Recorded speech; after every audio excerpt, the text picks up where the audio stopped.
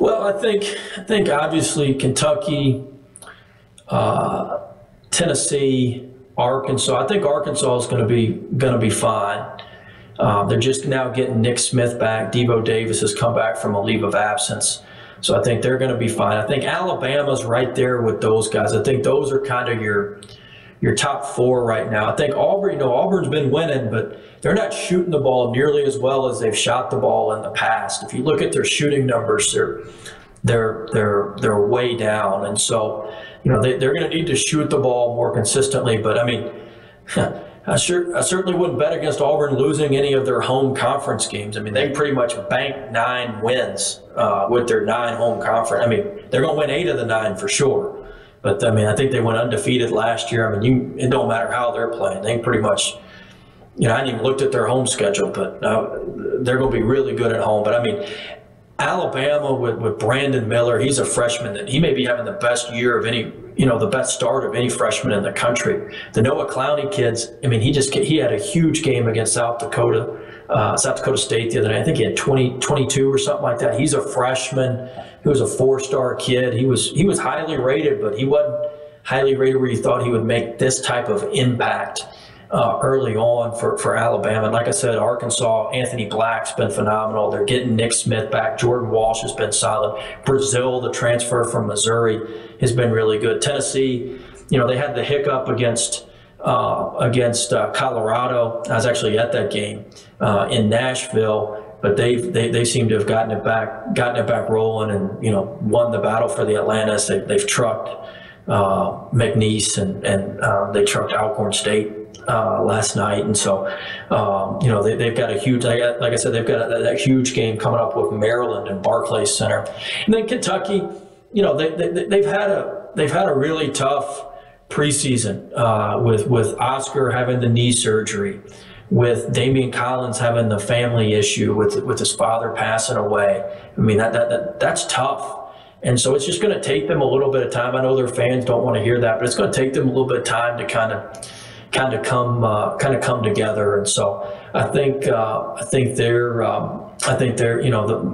going to be right there at the top of the league. I've been really impressed with Mississippi State. They play to their strengths. They can really, really, really, really guard. I mean, they're going to be no fun to play. It's going to be like going to the orthodontist when you play them. I mean, there's not an easy basket to be had. They run good offense. They play through Tolu Smith, who's a tremendous, tremendous big guy. I think State's going to finish a lot higher than they were predicted. He's just going to grind it. I mean, it may be 59, 55, but they're going to pull out a lot of games, and they're going to be very difficult to beat in Starkville. Florida's been a little up and down. They're searching for some consistency. They've had some injuries. Be interested to see how they do. Ole Miss just got roughened back. They lost a tough game to Oklahoma without him in the championship of that deal in Orlando, and then they just lost a tough game at Memphis on Saturday. But they have a freshman who's been playing really well too, Amari Abram, who was actually committed to Texas A&M and went to SoCal Academy, played for a guy, Julius V, out there, who's a tremendous trainer, tremendous coach. And now he's at, he's done a really good job at Ole Miss. He didn't play real well against Memphis. And then I brought up A&M. They were a team that everybody's expecting. Once again, a team that played really, really well at the end of the year. They returned a lot of guys, but they've not gotten off to as good a start. They didn't play well in their MTE in Myrtle Beach. They went 1-2 in that MTE, and then they lost to a good Boise team, Boise team that'll finish, top 4 or 5 in the Mountain West. A good Boise team, but they lost that on a neutral court. Now, lucky for A&M, they're going to have plenty of more opportunities. I think they actually play Memphis just like Ole Miss did. Alabama plays, Memphis, give them credit for their schedule now. They played Ole Miss at home. They got Auburn in Atlanta on a neutral court. Now, that won't be very neutral. I don't know if you've seen Auburn play in Atlanta, but it'll be like the Plains North up there. Right. I think that's a huge alumni base for them. They brought their band last year. We played right after them up there last year. It'll be like an Auburn home game.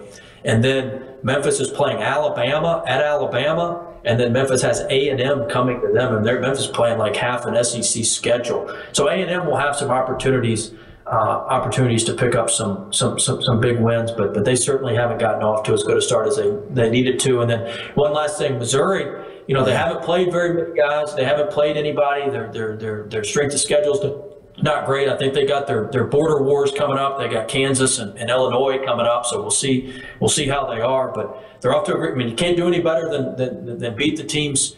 Beat the teams you're supposed to beat. They picked up a big road win at Wichita earlier this week or late last week, and so you got to give Coach Gates and CY and those guys and Kyle Smith-Peters and those guys at Missouri. You got to give them a lot of credit for getting off to a great start. Shoot, they've probably already won almost as many games as they won all last year, and so I think Missouri's the team to certainly monitor in the SEC.